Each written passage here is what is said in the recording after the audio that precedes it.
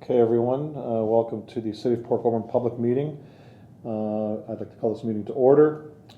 If I could have Councillors Desmarais and Bodner move the agenda. Are there any questions? Seeing none, all in favor, raise your hand. That's carried. Disclosures of interest. The only disclosure tonight, Council, is with Councillor Beauregard, his conflict of interest as he works for Upper Canada Consultants, so he won't be joining us because this is the only piece of business that we have. So now we get into our statutory public meeting.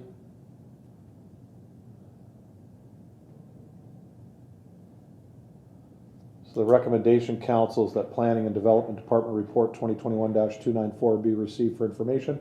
If I can have Councillor Wells and Baggy move that before we go to Mr. Schultz. I don't see anything wrong with that. Okay. We do have some delegations here this evening, Council. We have Craig Rose, Senior Planner of Upper Canada Consultants, Todd Schultz, Schultz Developments, Inc., and we have Jeff Collins and Dan Cook from Bridge and Quarry Property, who are the property owners. We do have a letter from the Township of Wainfleet with regards to having no comments or concerns regarding this. So I'm going to turn this over to Mr. Schultz. Thank you, Mayor Steele. Good evening, members of council and any members of the public tuning in at home. Just going to share my screen here.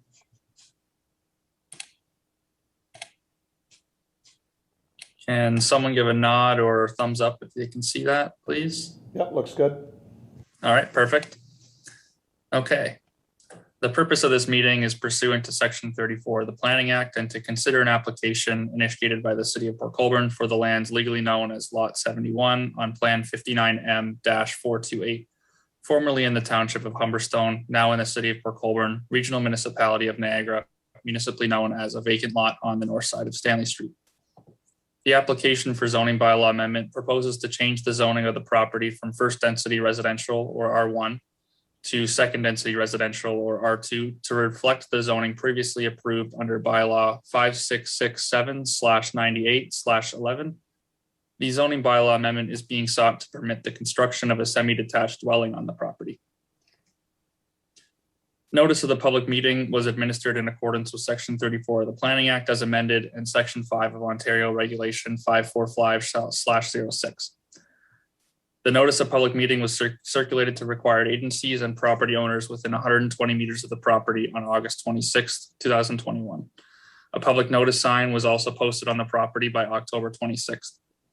Notice was also provided on the city's website under current applications. As of the date of this meeting, staff has not received any comments from any members of the public. However, we have received comments from the following internal and external agencies. From the Township of Wainfleet, the township has no comments or concerns regarding the proposed amendment. The township is also satisfied that appropriate notice has been provided to the township landowners in accordance with Section 34 of the Planning Act. Our drainage superintendent, fire department, and the Niagara region all have no concerns regarding the application. The procedure to be followed this evening will be to present Department of Planning and Development Report 2021-294. Hear any comments from the applicant, receive questions of clarification from council to the applicant or planning staff, open the meeting to the public for comments and questions, and announce the requirements under the Planning Act for written notice of passage of the proposed zoning bylaw amendment. At this time, I would like to present public hearing report 2021-294.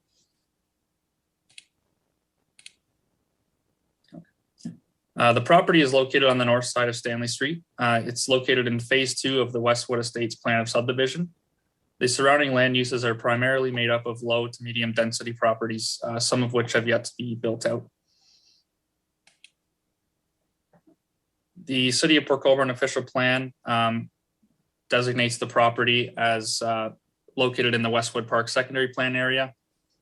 Also, it is delineated as low density residential as shown on the schedule here. I've highlighted the property in red on the proposed schedule here.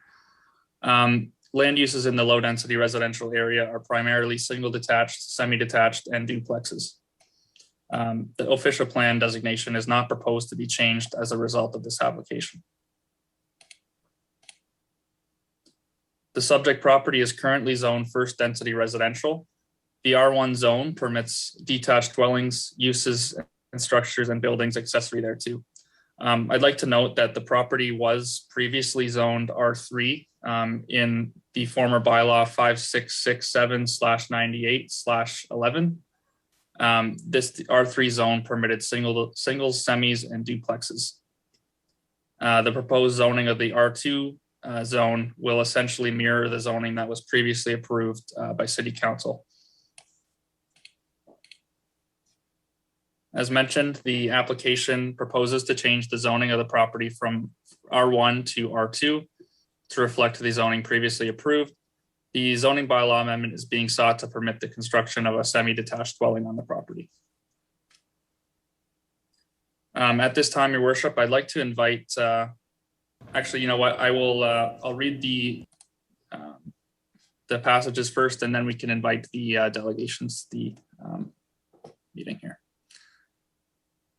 So I will say that if a public or public body does not make oral submissions at a public meeting or make written submissions to the City of Port Colborne before a decision on the proposed zoning bylaw amendment is passed by council, the person or public body is not entitled to appeal the decision of the City of Port Colborne Council to the Ontario Land Tribunal. If a person or public body does not make oral submissions at a public meeting or make written submission to the City of Port Colborne before a decision on the proposed zoning bylaw amendment is passed by council, the person or public body may not be added as a party to the hearing of an appeal before the Ontario Land Tribunal unless, in the opinion of the tribunal, there is reasonable grounds to do so. To any interested members of the public, if you would like to receive future notices regarding this application, you can contact myself, david.schultz@portcolborne.ca or 905-835-2900, extension 202, or the city clerk's contact information is also on the slide here. I'll pass the meeting back to you, Mayor Steele, to invite any interested members of the public to speak to the application. Thank you, Mr. Schultz. Mr. Rowe, did you have any comments to make at all? Good evening, Mr. Mayor, members of council. I'll keep my comments brief, appearing tonight on behalf of Todd Schultz and Lester Schultz Limited, the developer of the Westwoods Estates subdivision. What the planner covered off is accurate. I've been through on our end and can confirm that R2 zoning that's being applied covers off all those necessary provisions that were captured through that original site-specific zoning. It just happened to get lost in the shuffle during the comprehensive zoning bylaw. But we also appreciate staff moving so quickly to assist the current builders working on the property right now to allow them to move ahead with their project. So we just wanted to show up tonight and lend our support for the city-initiated zoning bylaw amendment. Thank you, Mr. Rowe. Mr. Schultz, anything to add? Oh, take your mute off. Sorry, Mayor Steele, are you talking to me or the other Mr. Schultz? So for people not to be confused, we have David Schultz, S-C-H-U-L-Z, works for the city, and Todd Schultz, S-H-O-A-L-T-S, who's the developer. So just for those, because they do sound similar, but Todd, I just wondered if you had anything to add.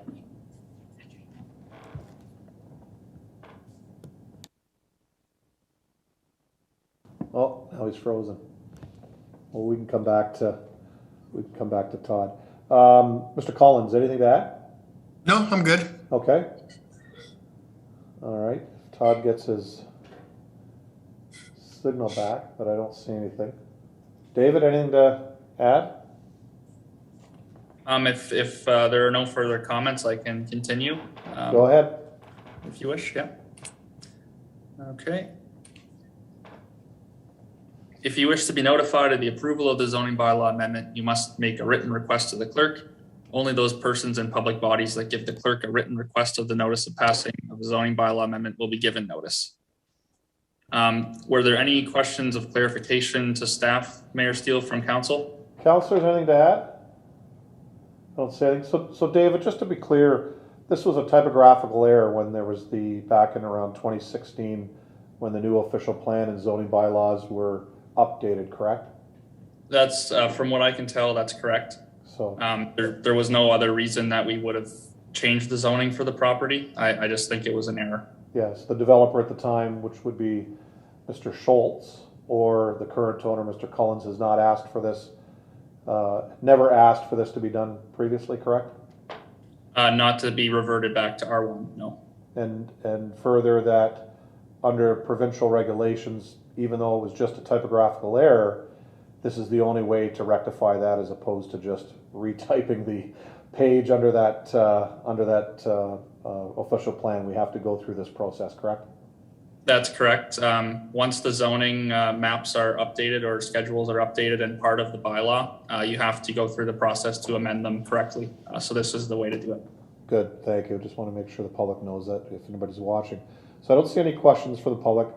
Todd, I'll use Todd this time because there are two Schultzes here. You froze there, so you don't have anything to add, correct? I do not. Sorry. Yes, my internet is acting up. So Okay.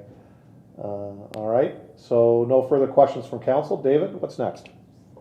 At this point, I will pass the meeting back to you to receive the public, or sorry, to close the public portion of the meeting and receive the report for information. Great. So it's been moved, excuse me, duly moved and seconded by Councillor Wells and Bagu. Seeing no further questions, all those in favor of receiving this? And that's carried. So, so David, this will come back at next Monday's meeting for ratification? Yes, that's correct. I believe that is doable given the timelines for this, yeah.